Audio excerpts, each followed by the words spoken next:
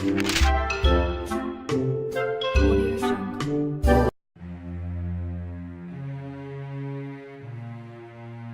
Mordrake, or Edward Mordrake, was reportedly the 19th century heir to an English peerage.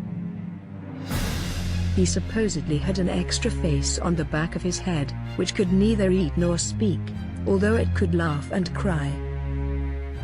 Edward begged doctors to have his demon head removed, because, supposedly, it whispered Satanist language to him at night, but no doctor would attempt it. He committed suicide in his 23rd year. Edward's case was weird, bizarre and yet interesting. It was revered as one of the worst cases of deformity, not because he has two heads, but two faces on the opposite side of one head. He was said to have been heir to one of the noblest peerages in England. He never claimed the title, however,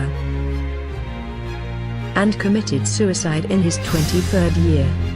He was said to have lived in complete seclusion, refusing the visits even of the members of his own family.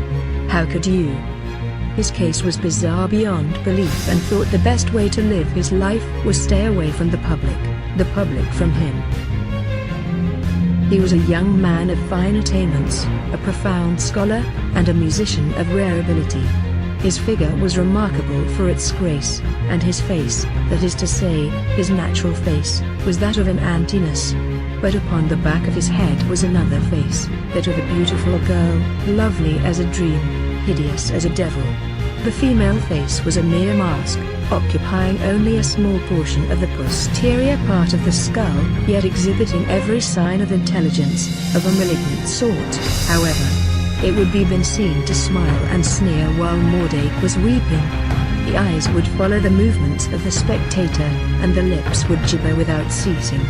No voice was audible, but Mordrake avers that he was kept from his rest at night by the hateful whispers of his devil twin, as he called it, which never sleeps, but talks to me forever of such things as they only speak of in hell. No imagination can conceive the dreadful temptations it sets before me.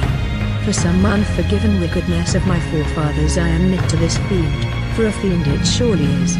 I beg and beseech you to crush it out of human semblance, even if I die for it.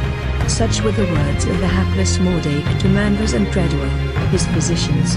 In spite of careful watching, he managed to procure poison, whereof he died, leaving a letter requesting that the demon face might be destroyed before his burial, lest it continues its dreadful whisperings in my grave. At his own request he was interred in a waste place, without stone or legend to mark his grave. That was the mind-boggling story of Edward Mordrake. There aren't many evidence that his history was true or false, but may have talked about it for ages.